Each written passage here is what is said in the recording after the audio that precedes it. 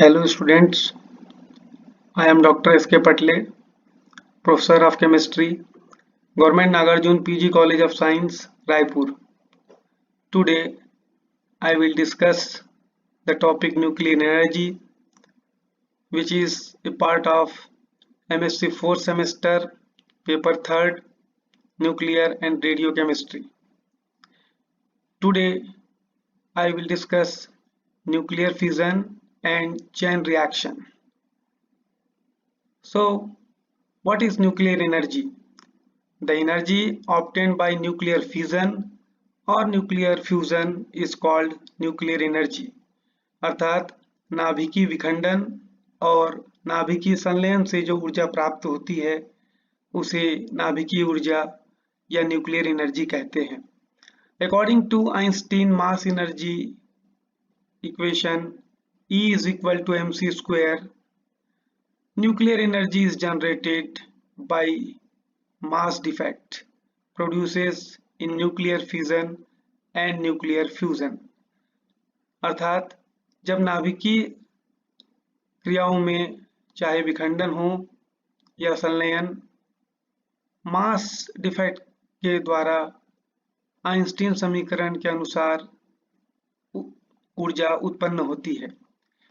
Nuclear fission in 1939 it was observed by Hahn and Strassmann that when a heavy nucleus is bombarded by slow neutrons, it splits up into fragments of lighter nuclei, अर्थात भारी नाभिकों के ऊपर जब slow neutrons डाले जाते हैं तो नाभिकीय विखंडन की प्रक्रिया होती है और इसमें अनेक प्रकार के लाइटर न्यूक्लियस हमें मिलते हैं। 3 तरह की विखंडन क्रिया यहाँ दर्शाई गई है, जिसमें मुख्यतः बेरियम और क्रिप्टॉन जैसे हल्के नाभिक बनते हैं। इसके अलावा भी अन्य विखंडन क्रियाएं संभव होती है। Thus the process of splitting of a heavier nucleus into 2 or more smaller nuclei by suitable bombardment with subatomic particles is called nuclear fission. The splitting of uranium-235 may also give the following nuclear reaction. Uranium-235 का विखंडन उपरोक्त दी गई क्रिया के अलावा इस तरीके से बेरियम 141 एवं क्रिप्टॉन 92 के रूप में भी होता है। Here, the sum of the masses of fragments produced and neutrons released as a result of fission is less than the sum of the masses of target uranium-235 and bombardment neutron, अर्थात product जो बनते हैं उनके कुल मास का जो योग होता है वो अभिकारकों के मास से कम होता है और यहाँ जितना मास डिफेक्ट जनरेट होता है क्रियाकारकों के ये जो मास है इनमें से यदि क्रियाफल के मास का अंतर लिया जाए तो मास डिफेक्ट मिलता है और ये मास डिफेक्ट आइंस्टीन समीकरण के द्वारा ऊर्जा में परिवर्तित होता है। उपरोक्त अभिक्रिया के लिए लगभग 0.219 दैट इज 0.219 AMU का मास डिफेक्ट आ रहा है और चूंकि 1 AMU is equal to 931 mega electron volt energy release होती है, अतः इस अभिक्रिया में लगभग 204 mega electron volt energy release होगी। Thus, the fission of uranium-235 nucleus results in the emission of 2 or 3 neutrons. कुछ फिजन रिएक्शन में 2 न्यूट्रॉन और कुछ में 3 न्यूट्रॉन उत्सर्जित होते हैं। On average, 2.5 neutrons per uranium-235 nucleus are emitted और साथ में लार्ज अमाउंट ऑफ एनर्जी जो है ये भी उत्पन्न होती है।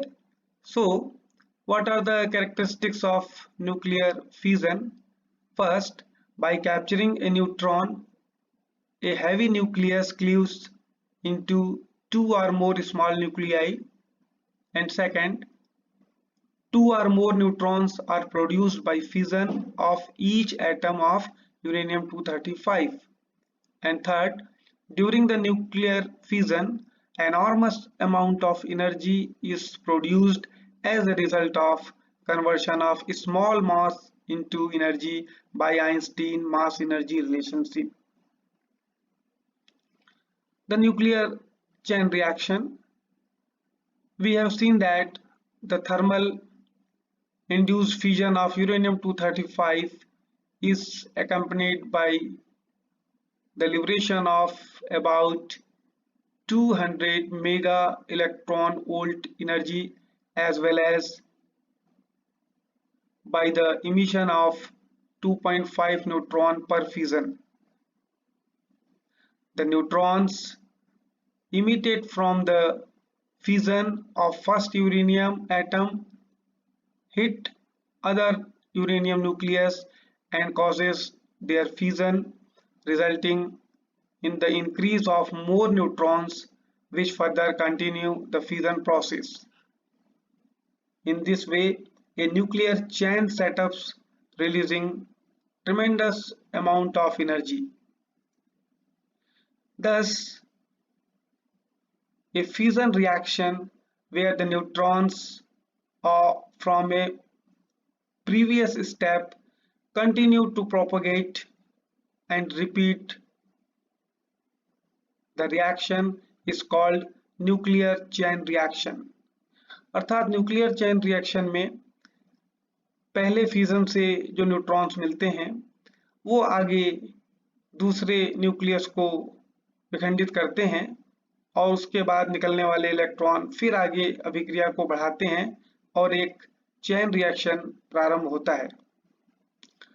Schematic view of nuclear chain reaction is given below. ये जो न्यूक्लियर फिजन है जिसमें यूरेनियम-235 एक न्यूट्रॉन से विखंडित होने के बाद बेरियम और क्रिप्टॉन लाइटर न्यूक्लियस बनाने के बाद 3 इलेक्ट्रॉन यहाँ निकलते हैं जो आगे 3 विभिन्न यूरेनियम-235 के न्यूक्लियस को विखंडित करते हैं और इन 3 न्यूट्रॉन के बाद फिर जब चेन आगे बढ़ती है तो हम देखेंगे कि ये 9 न्यूट्रॉन्स बाहर निकलते हैं और ये 9 यदि और आगे बढ़ेंगे तो 9 से 27 इस तरीके से चेन रिएक्शन तेजी से एक्सपोनेंशियली आगे बढ़ता है। साथ ही enormous amount of energy release होती है। ये chain reaction continues till most of the original nuclei in the sample are fissioned. If the chain reaction takes place completely as mentioned above, the energy release would be extremely high. However, some of the released neutrons escape from the surface unused and do not involve in the chain process. अर्थात chain reaction में उत्पन्न होने वाले सभी neutron यूरेनियम-235 का विखंडन नहीं करते, उनमें से कुछ न्यूट्रॉन बाहर की ओर विसर्जित भी हो जाते हैं। It has been found that the energy available from 1 kg of uranium-235 is equivalent to the energy available from 2 into 10 to power 4 kg of coal. अर्थात बहुत ज़्यादा मात्रा में ऊर्जा प्राप्त होती है। For a chain reaction to occur, the sample of the fissionable material should be large enough to capture the neutron internally. If the sample is too small, most of the neutrons will escape from its surface, thereby breaking the chain.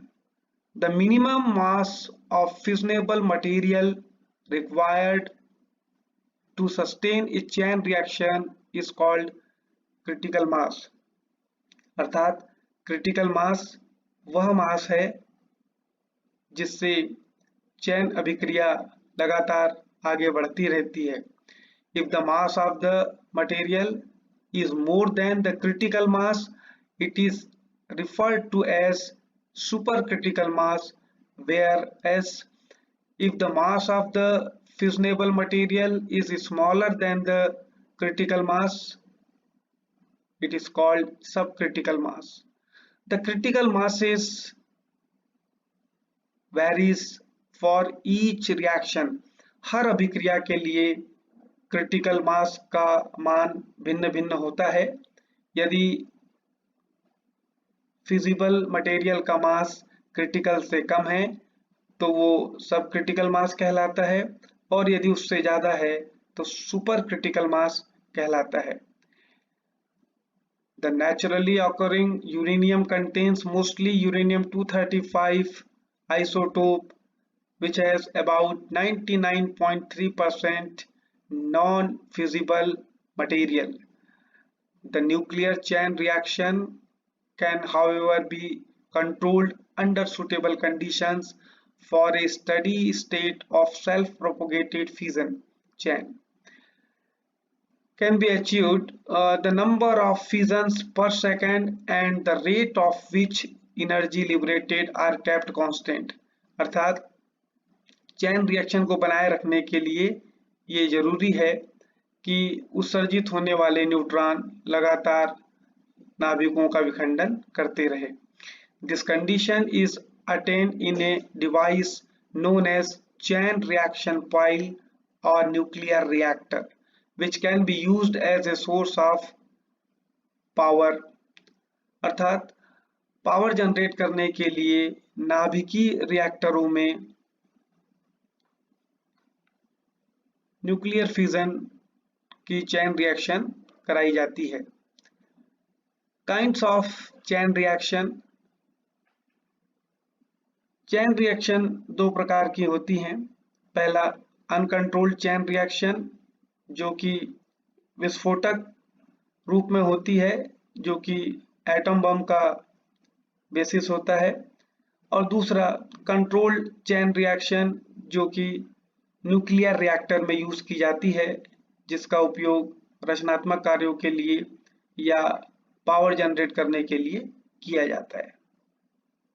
Now the neutron multiplication factor. Neutron multiplication factor, the growth of the chain reaction can be controlled by choosing appropriate condition so that a steady state is attained. As in a nuclear reactor, propagation of chain can be prevented either by slow down the fission neutrons or allowing on the average at least one of the fission neutrons to cause another fission. किसी nuclear fission के chain reaction को maintain करने के लिए ये बात जरूरी है कि कितने न्यूट्रॉन्स आगे नाभिकों को विखंडित कर रहे हैं। The ratio of the number of fissions produced by a particular generation of neutrons to the number of fissions giving rise to these neutrons is called multiplication factor or reproduction factor K. इस multiplication factor K, जिसका मान the number of fission products by a particular generation of neutrons divided by the number of fissions going rise to these neutrons के द्वारा निकाला जाता है। यहाँ multiplication factor के की वैल्यू डिसाइड करती है कि न्यूक्लियर फिजन की चैन रिएक्शन किस डायरेक्शन में जाएगी। When k is equal to 1, the number of neutrons remain constant, अर्थात जितने न्यूट्रॉन विखंडन में उत्सर्जित हो रहे हैं उतने ही आगे नाभिक को विखंडित करने के बाद पुनः उत्पन्न हो जाएंगे, और इस दशा में एक स्टेडी स्टेट हमें मिलेगा जो कि कंट्रोल्ड चैन रिएक्शन के फॉर्म में होगा, जैसा कि नाभिकीय रिएक्टरों में होता है। यदि K का मान 1 से कम हो तो विखंडन की जो चैन रिएक्शन है ये आगे नहीं बढ़ती है और फाइनली चैन जो है रिएक्शन जो है वो टर्मिनेट हो जाता है, रुक जाता है। तीसरी कंडीशन में जब K का मान, मल्टीप्लिकेशन फैक्टर का मान 1 से ज़्यादा हो, the number of neutrons emitted increases and hence the rate of fission chain reaction also increases rapidly। K का मान यदि 1 से ज़्यादा हो तो चैन रिएक्शन बहुत तेजी से आगे बढ़ता है और अनकंट्रोल्ड फॉर्म में चैन रिएक्शन होता है, जिसके कारण विस्फोटक स्थिति उत्पन्न होती है और ना न्यूक्लियर एक्सप्लोजन की वहाँ संभावना होती है।